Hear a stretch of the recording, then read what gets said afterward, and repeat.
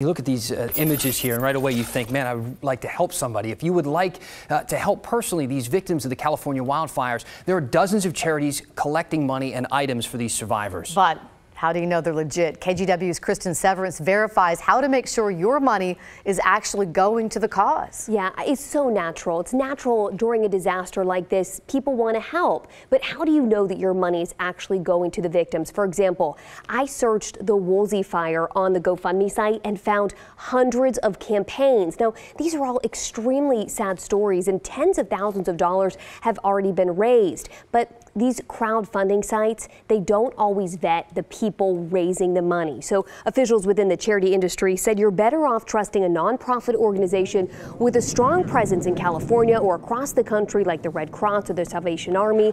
Amelia Holmes with the local Red Cross said they partner with emergency management offices in the disaster area to get money and resources to the people actually affected.